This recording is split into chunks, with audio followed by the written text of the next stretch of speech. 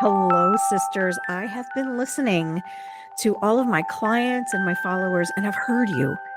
Today, I want to be talking about the number one thing that you all are saying you're struggling with at this stage of life. And I'm going to tell you how to fix it. Welcome to the Lemon Balm Coaching Podcast, your cozy corner of the world where we'll sip on life's lessons and squeeze the most out of every moment. I'm Melissa, your coach, cheerleader, and maybe even a little bit like that mom who always has a warm hug and the best advice waiting for you. If you're a woman over 40, feeling like life's left you a little lost, aimless, or downright stuck, you're in the right place. This is where your joy, your freedom, and your purpose come back into focus. Together, we'll laugh, learn, and rediscover what makes you come alive because it's not too late. This is your time. So grab a cup of something warm, settle in, and let's start creating the next most beautiful chapter of your life together.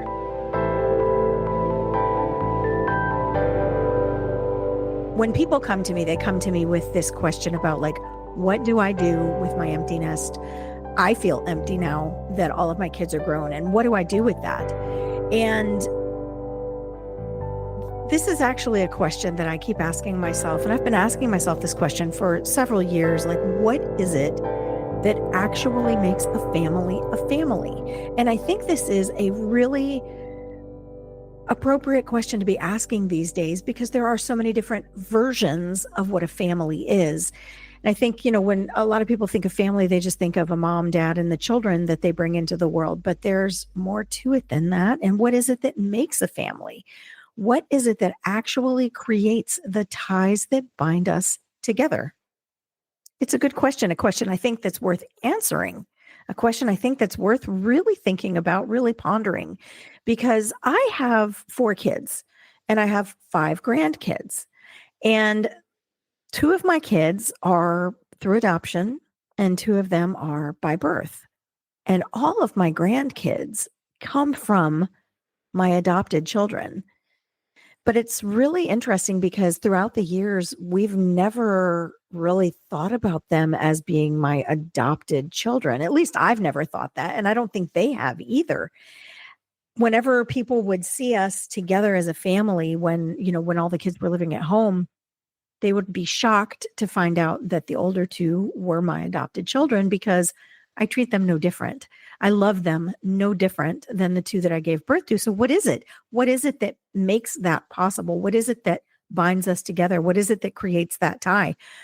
And when we're talking about creating these ties, some of it is choice, right? I choose to love them as much as I love my birth children. But a lot of it has to do with our makeup, how we're designed. It has to do with our brain and it has to do with chemicals. The chemicals that I'm talking about are dopamine, serotonin, and oxytocin.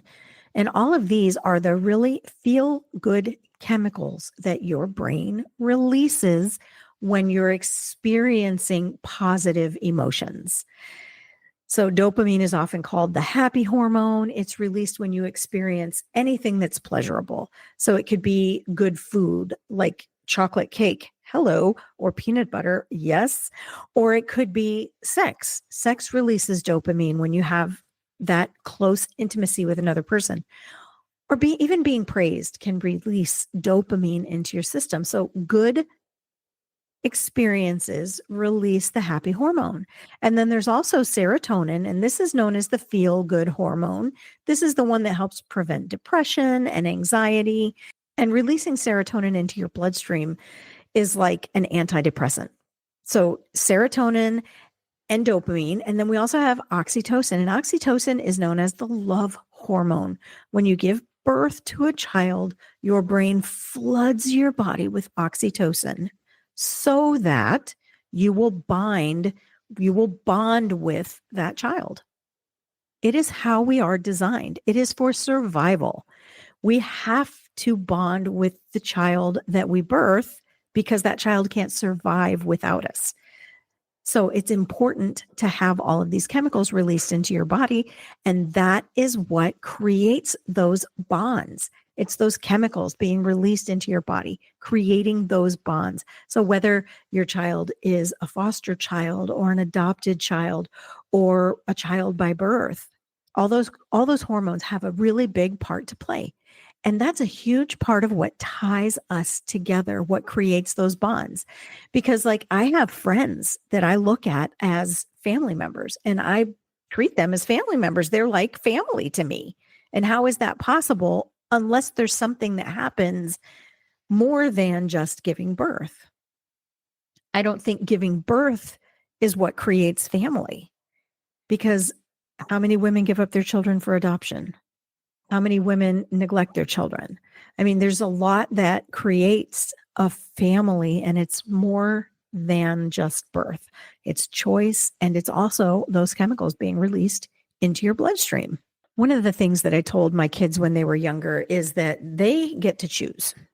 One of their biggest jobs as kids is to watch the adults around them and choose who they want to emulate when they grow up.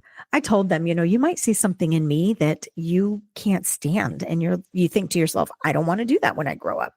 Or you might see something in your dad that you're like, yes, that's what I want to do when I grow up. That's one of the biggest jobs that kids have, is to watch the adults around them and decide, like, who do I want to be when I grow up?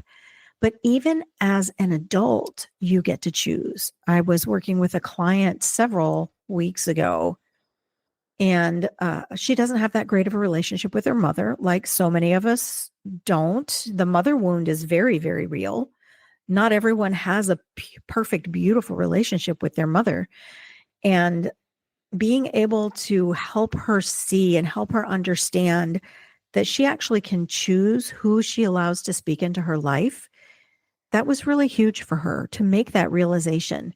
And I think in the church, right, we're told honor your father and your mother. And I think we get that there's different ways to honor. We'll just say it that way. There's different ways to honor, and honor doesn't always equal full access. You don't get to have full access to me just because you gave birth to me. These are really, really heavy concepts that I work on with a lot of my clients, but I just want you to hear this right now. You get to choose. Even as an adult, you get to look at the other adults around you and go, I don't want to be like that. Or, yeah, I want to be like that. You actually get to choose. You get to choose how you experience this life. So just hear that. You get to choose who you allow to mother you. So I'm 55 right now, and I still need a mom. I still need someone to mother me. I still need someone to go to talk to ask questions to, and I get to choose that. My mom's since passed away, but even if she was still here, I don't always have to listen to every single thing that she says and take it on as gospel truth in my life. I get to seek out the people that I want to speak into my life. So you get to choose too. Okay, so we talked about dopamine, serotonin, and oxytocin creating those bonds, right? Helping us to create that family feeling. So what is it then? What is it that makes the nest feel so empty? For some of us, when our kids leave home, it really is heart-wrenching. I have several clients right now that are feeling that emptiness at home, whether all their kids are already gone or if the empty nest is looming ahead. They're feeling it. They're feeling the emptiness inside, depression, and they just don't even know what to do with themselves anymore. So what is it that makes our nest feel so empty? Well, one of the big things that all of those chemicals do, the oxytocin, the dopamine, and the serotonin, one of the things that those chemicals do is they create that family feeling, like we already talked about. What is the family feeling, though? It is love, safety, and belonging. And you have to have love, safety, and belonging in this life to survive. It is how we are designed. I always think back to cavemen when I think about design, right? Because that's early man. We're just now walking the earth. However you believe man got here is irrelevant to me. I believe the scriptures and what the scriptures say about how we got here, but it really doesn't matter what you believe about how we got here. The point is, we are designed very, very simply. our brain, the survival part of our brain, must have love, safety, and belonging. It must have those three things to survive. So think about cavemen. They had to have safety. Safety comes in numbers. Safety also comes inside the cave. The moment they step out of the cave, they're not safe, right? They could die at any moment. But inside the cave, they had safety. They had belonging with other cavemen. And the way that they had that belonging was to love each other, to care for each other, to help each other, to provide for each other. Love, safety, and belonging. So I always think of cavemen when I think about like how we are designed. We're designed very simply. We need those three things to survive this life. Without those three things, we will perish. So even though we're living in this modern age and we're not in caves anymore, we still need those three things. Our brains still need love, safety, and belonging to survive. And if any one of those three things is stripped away, our brain thinks that we will die. Your brain thinks that you will die if love, safety, and belonging are not present. So let's think about kids leaving home. Think about the decades you've spent pouring into your kids, the decades that you have set yourself aside in your own needs, the decades that you've probably put your husband's needs aside as well, because the kids need you, right? The kids need you. And there's nothing wrong with pouring into our children. I did the same thing. I was a stay-at-home mom for 20 years, and I poured everything I had into my children. I took my job as a parent very seriously. I wanted to make sure that my kids could survive in the world without me. So I gave everything to them. And when they left home, that love was gone. Like, who do I love now? If I don't have my kids to love on, who do I love? Yes, I still had my spouse, but it wasn't the same. It's not the same kind of love that we pour into our kids, that we pour into our spouse, or that we pour back into ourselves. So we spend all this time loving our children, creating that safety net for them, giving them a space to belong, even, through the teenage years when they're intentionally separating. They know they still belong at home. They know they still have a place to call their own.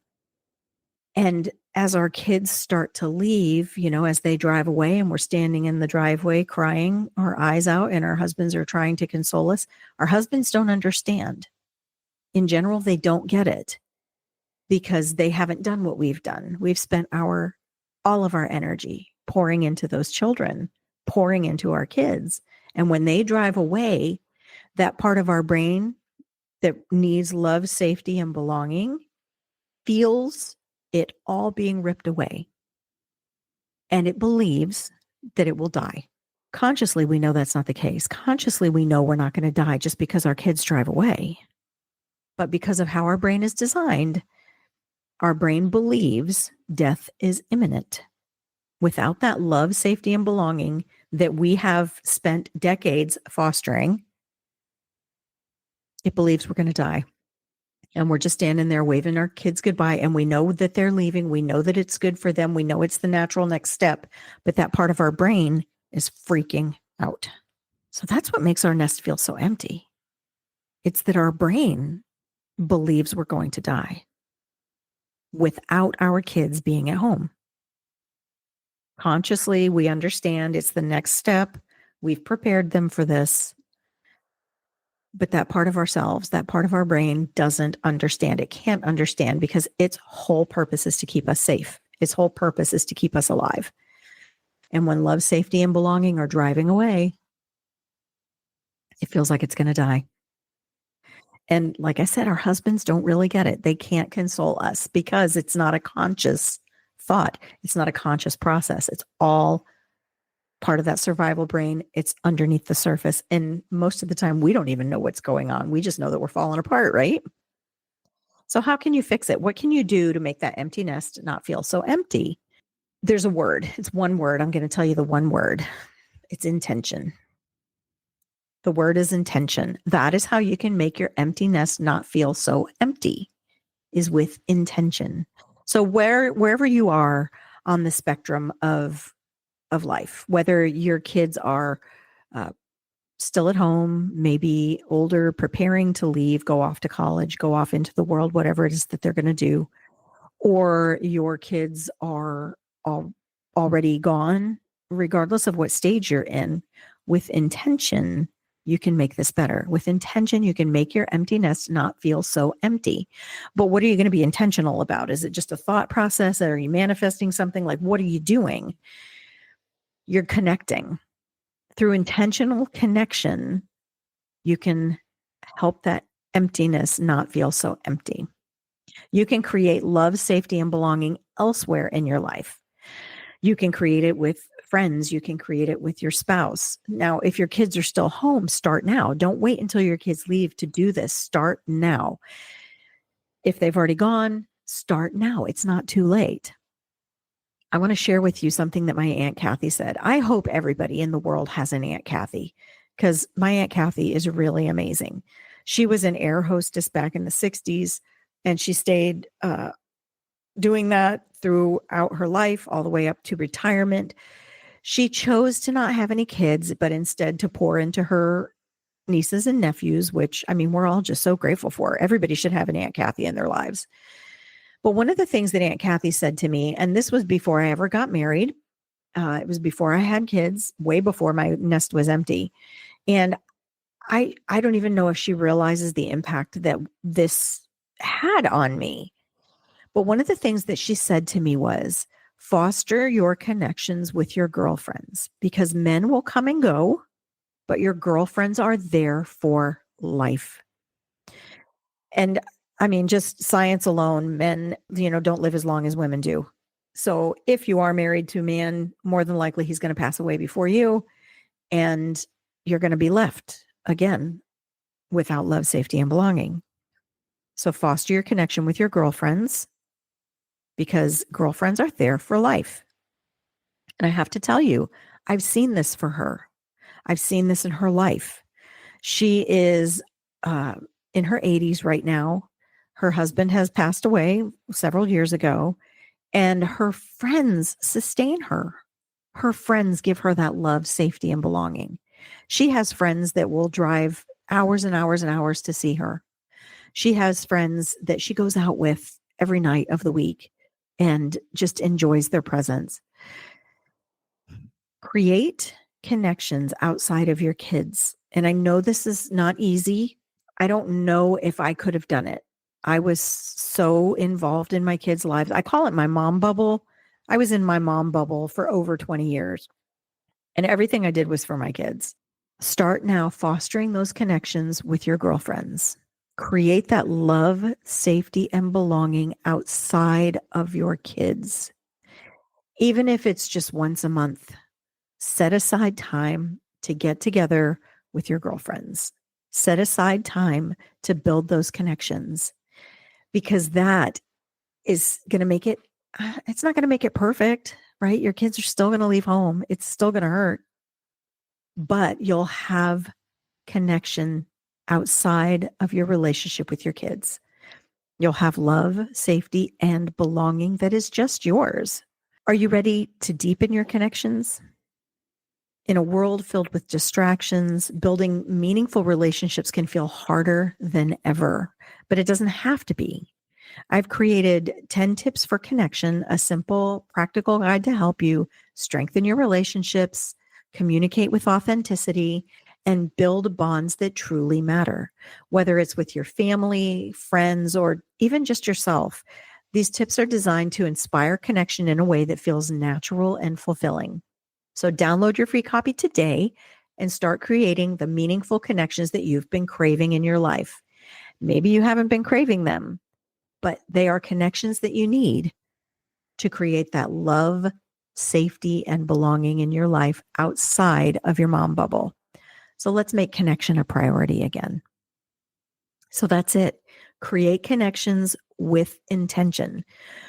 Whether your home is still full, you're verging on the empty nest, or your kids have already flown, being intentional and creating those connections that tell your brain that you have love, safety, and belonging is the one thing you can do to relieve the emptiness caused when your kids take their natural next step out into the world.